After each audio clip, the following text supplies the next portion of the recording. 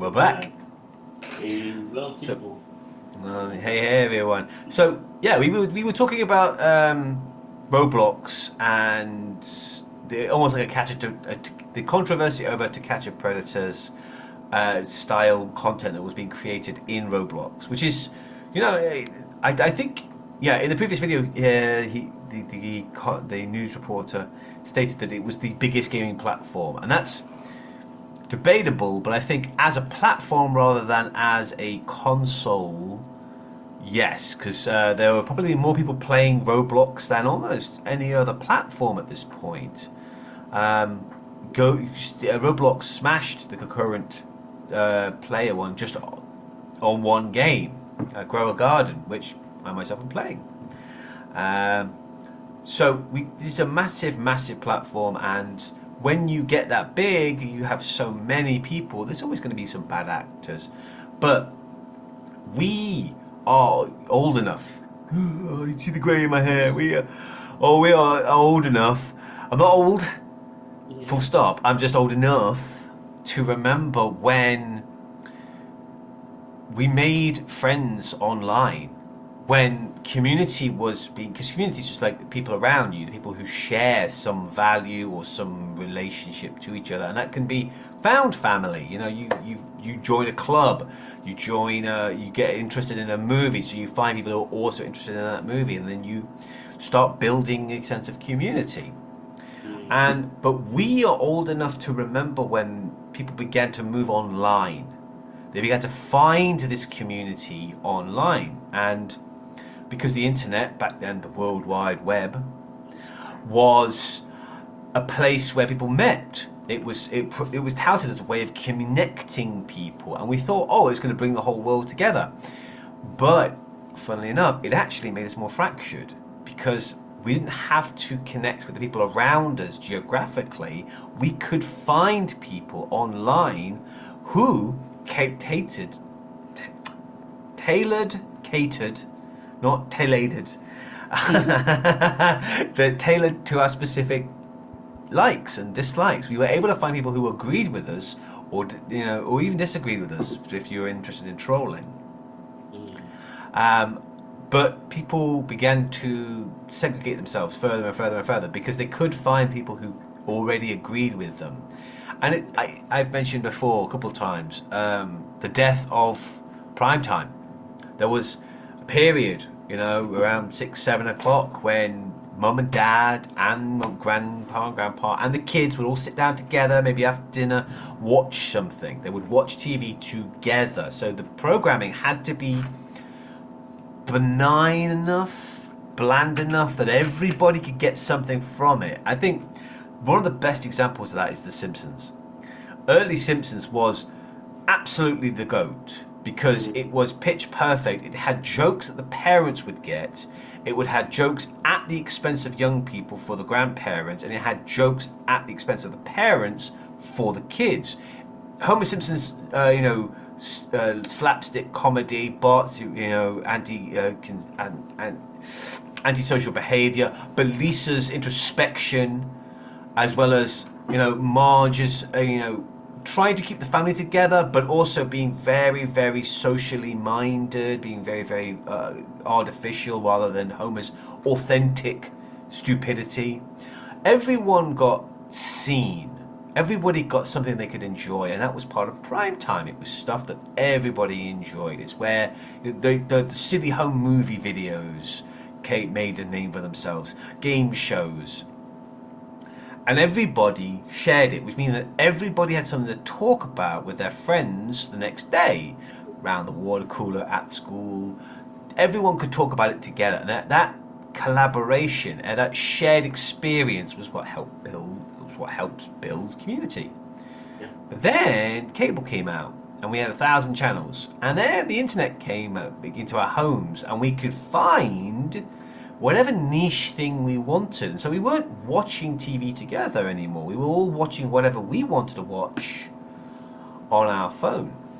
Yeah. And those of you who got triggered by that, yes, that is a phone without a case. Don't grab your pitchforks just yet. It's an experiment. I'm testing out whether my phone stays cooler without a case because it's been burning quite hot recently. I've been doing a lot of traveling, taking a lot of pictures and videos, and I'm just testing out whether caseless works. To be honest, yeah, it kind of does. And it being so slim and svelte, sliding into my pocket, it feels good. But every time I take it out, I'm like, careful, careful, careful. Back in the pocket, nice and safe, because it doesn't have that shock absorption. But yeah, so. Yeah. But as I was saying, talking about the idea of community. So we moved online, but I still hold true to this idea of meeting the people, of the personal connection. So I love conventions. I love manga conventions. I love gaming conventions. I love cosplay events. Used to go to them all the time in England. London Expo every year, almost without fault. I would go. Didn't always dress up, but I did sometimes. I even have.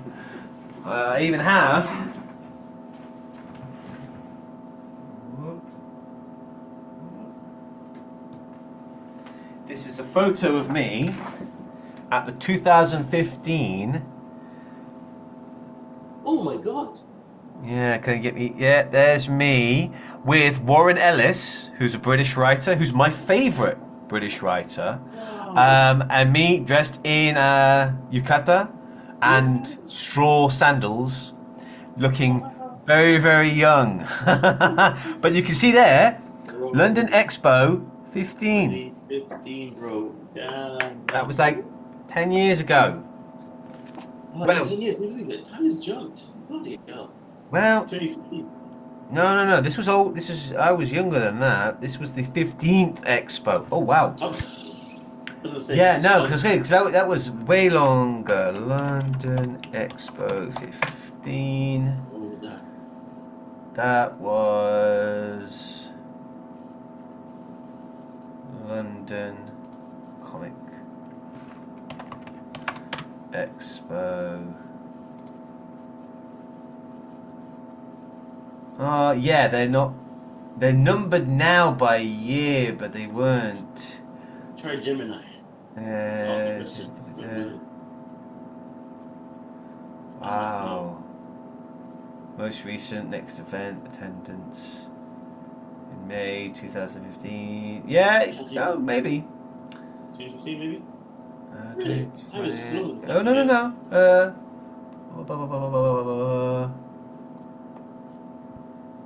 Excel Best case, 15. GPT.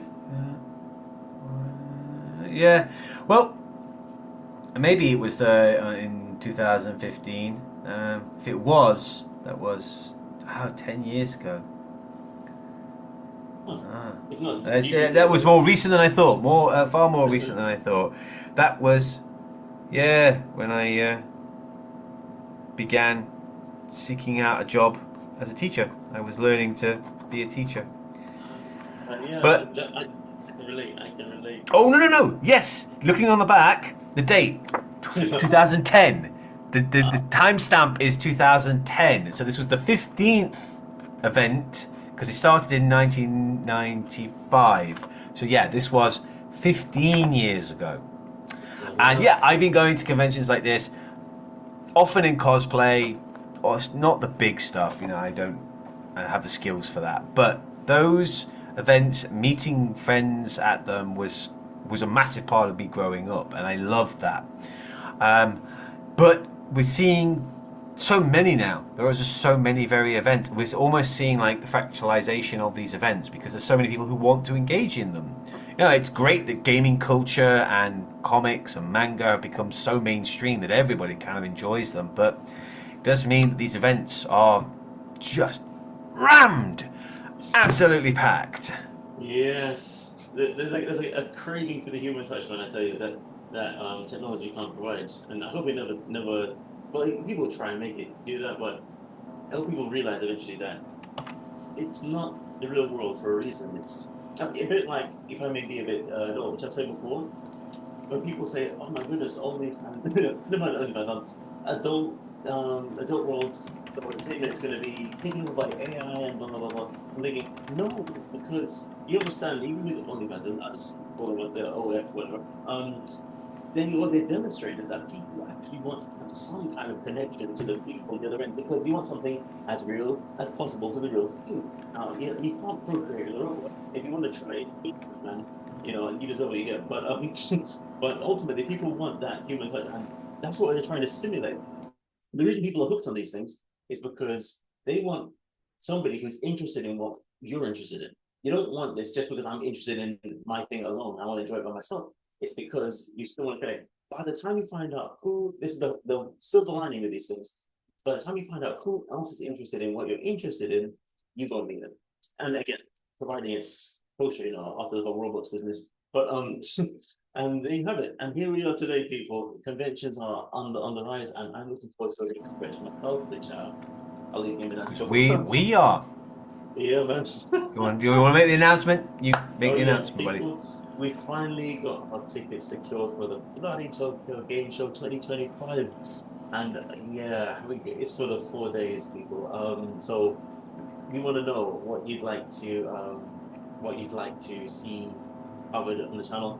Some of you probably will get this news a bit late because I know some of you watch the videos retroactively. So I'm gonna put the word out there, but personally on my end, I've got a bunch of people I want to try and meet up. But Gamer Dan, he's very good at Gamer Dan he research on himself. He's very in touch with the latest games and everything, and he knows he's got more of a lay of the floor than what I've done. I honed in on the actual individuals there to try and connect with them, trying to network for PCA and other things that Yamadan has been mentioned. But Yamadan, what is on your mind in terms of what you want to do at that place?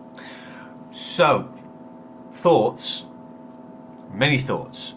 But first, we're just going to watch a quick trailer for the Tokyo Game Show. This is the official Tokyo Game Show trailer. And then we're going to talk a little bit about what they have available and what we are interested in looking at.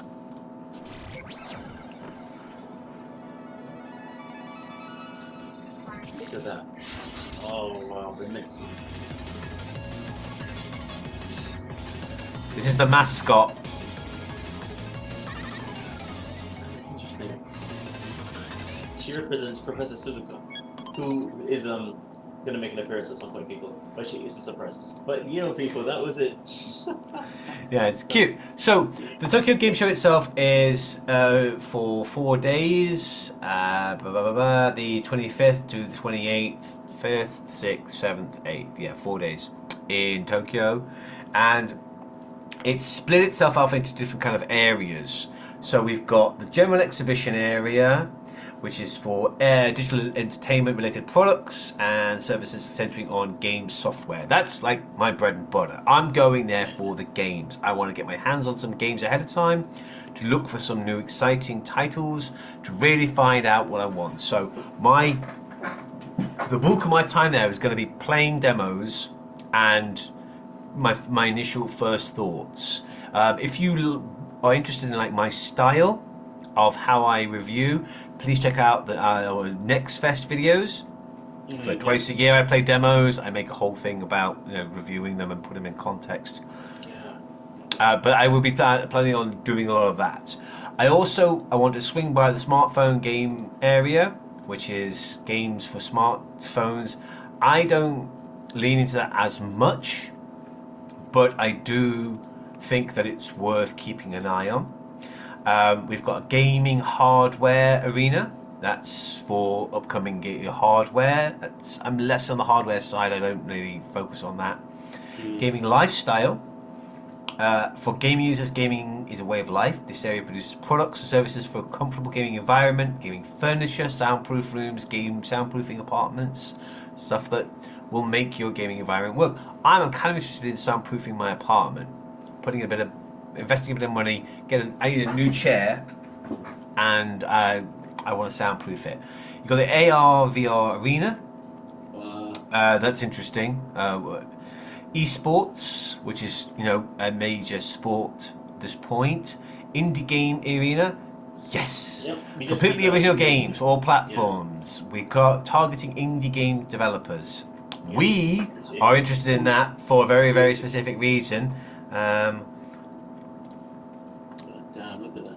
Blasters Brazil Games is Oh, he under his Brazil own Games. thing? Favorite. Well, we have kind of an invested interest in this one.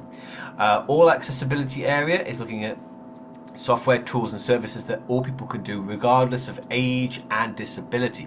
Again, there is a term called the cut sidewalk theory, which is that when you tailor an environment or a product to more disabled people's abilities, giving them accessibility options, you'll find that a lot of people use those options regardless. It's not just the disabled people who struggle, who use it.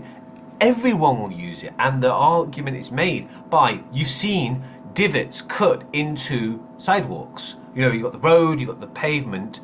They cut little walkways down to allow for wheelchairs. But everybody uses them. It's just a more convenient way to get onto the road rather than stepping up and stepping down. So what was done for disability's sake is actually accessible by everybody. And that's why I think it's important to keep an eye on what's happening in that space, because you might find something that will be the new way of doing things. You never know. Yeah, it could be interesting. I'm also very, very interested in the Game Academy area. This area introduces educational and research institutions that nurture and produce gaming talent. It's good to keep an eye out on who's making waves in the educational space, because just like DigiPen is famous for producing earlier, but new developers, their finals are full games. If you are a Steam user, DigiPen, DIGI Pen, check out DigiPen as a creator on Steam, and you can see the students' work. A lot of it's busted. Just be honest here, it's just busted. But you can see talent there. You can see real talent. There's some really good ideas. There was a dinosaur postman game where you rode around a prehistoric world as a postman or using a dinosaur. There have been a couple of good attempts at Metroidvanias. There's some real talent there. Obviously, it's very early days. They are still students. They are still learning. You know, you have to give people time to grow. But it's nice to get an indication of who might be making waves later on. Yeah, exactly. DigiPen, check it out. And all of these are institutions that are doing great work. I recommend the Ehime Prefectural Matsuyama Minami High School. They've done some good things. Also, number 3, the Osaka Institute for Technology, the big name in Japan. So yeah, you've got the the Osaka Designer Academy, Osaka Electrocommunication University, Sogo College of Design, and the Institution for Technology, Information and Science. All of them kind of making waves. I do want to hit up the merch territory before the doors open with the public. Then there are more business things. I think one place that we are both going to be interested in is the AI Technology Pavilion, specializing in AI technology related exhibitions set up in the exhibited areas for the 2 days of the business days, which through the grace of God and the kindness of others, we have actual business passes. We are going for the full 4 days. We're going to be there for the business days. Yes, it's dance worthy. Yeah. We're going to go there for the business days. We will be showing you before the main public are allowed in. We will show you the stuff, and that does mean that we will check out the AI Pavilion because it won't be there the following days. But it's quite interesting to see what's going to be there. I mean, I'm interested in Studio 51. They've done some good things. And then business meeting areas, online exhibitions, family game park. These are all things for others. Selected in a special program where 80 selected indie games are showcased for free at a physical venue. The Indie 80 that's it. I am done. Just stick a fork in me, baby. I am done. We have some pretty impressive titles coming out from here, and this is what we're going to be looking for. This is what we are actually going to be focusing on. Well, I am going to be focusing on. I mean, here are a whole bunch of upcoming indie games. Oh God, I'm so excited! I'm Look at that. excited. We're at a physical venue. I actually get to go there and play their games, and so yeah, Yes. the general exhibitions, smartphone, accessibility, merch, academy, and the Indie 80. Those are what I'm looking forward to.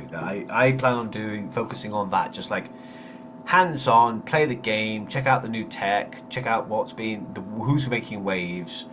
That said, there are going to be there are talks. There are just like in any convention, there are events and people showing off upcoming things. I'd like to go to as many of those as I can, knowing that the actually playing the games are my priority. So I will do what I can, but there's only so many hours in the day, you know. Yeah, You it's gotta a do bit what you like can. yeah, it's a bit like if we get to go to a theme park, a big theme park over 4 days and try and explore all the rides, and some of the rides are gonna have lines. That's the thing you have to also remember, people, that we don't always have a line outside. There's a line inside just to get Yeah. to go to some of their things. So we're gonna be like, do what we can, but we have our priorities. Yeah, and I've got to meet up with certain people. I'll let you know once we get that done, people. Well, Gil, tell what are you more interested in looking at? Do you want to check out the AI pavilion or gaming hardware, the general exhibition or merchandise? Where's your headspace at?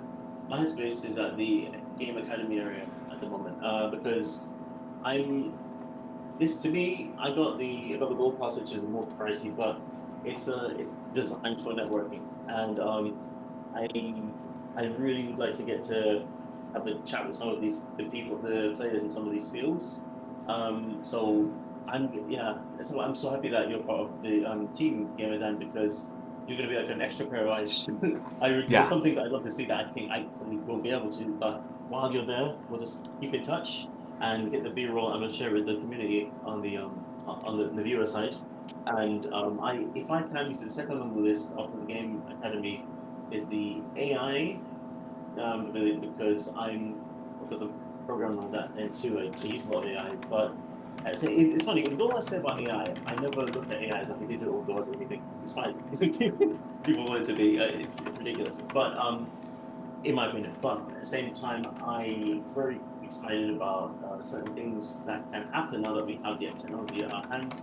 And I'm really keen on containing it. That's the thing about AI. It's that's what we talk about this whole time with how the digital world can run away with us. If we just let it run on autopilot. And the thing is, it's not even, sometimes it doesn't even have to be malicious. It could just be neglected. You could just leave like the door open, the digital door open, and all these digital demons can just keep going in. And you have to call an exorcist next thing you know. I mean, if what I'm saying sounds too grand, what I'm trying to say is I'm very keen on what's coming, and I'm looking at how to position ourselves in the new generation that are coming to preserve the beauty of traditional ways of playing. I'm all about using technology to teach people more than to replace people, which is, I think, is done. So yesterday, actually, I was looking at a video about I can't remember who it was. He just talked about how what's the dude's name? Reggie Fils-Aimé saved Nintendo with his approach to sales, and him with Iwate putting gamers first. Now you got this ex-EA dude called Bowser, for people, trying to squeeze people for their pennies and giving Nintendo a bad street cred in the process, in the name of whatever, money talks. And it's like, why, what are you doing? You're almost running up in a Roblox situation where they're chasing the money for the people, and it will eventually wind them up losing.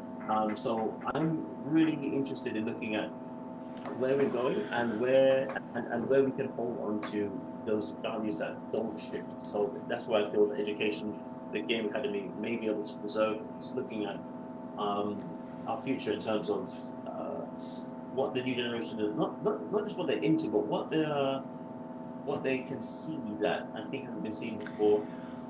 I think if you want to get into an ethics debate with one of the professors there, they might be more than willing to do that. Me, I would just be interested in how they're pivoting themselves as the next big thing, because obviously gaming is a massive industry now, and there are a growing number of institutions who are all trying to make themselves like the Harvard, the Oxford, the brand name or the prestige name in the industry. Like I name dropped DigiPen like 10 minutes ago.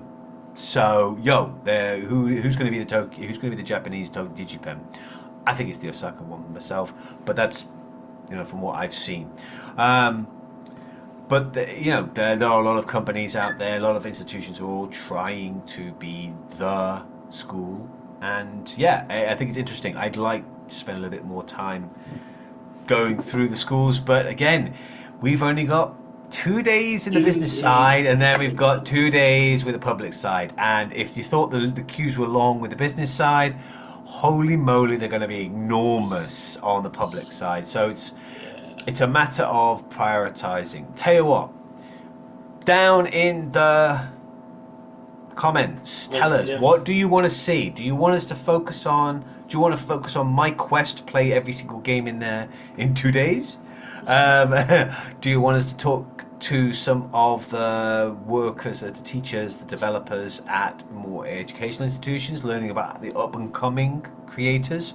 Do you want us to check out the new hardware for disabilities, or just to push the limits of what your PC is able to do? Maybe we'll see a new RTX. Thank you, sorry. And again, with that, the audience, thank you so much for your input, your insight, and just so you know, I will sadly not be available for the full 4 days. Actually, I'm on anniversary with my wife, so and we're going to be having to do something on the 27th. But Ramadan is so. I'm in it. I'm in it for the 4 days. It's going to be a blast. Yes. Ooh, I'm excited. Admittedly, I'm going to be spending 4 days in a capsule hotel to save money because I'm going to be blowing way too much on merch. Oh no! Sacrifice. It's a noble sacrifice for the sake of it. That said, peace and love, everybody. Put your thoughts down. The Gamer Dan, Mad Manic, we are going to Tokyo Game Show. What do you want to see?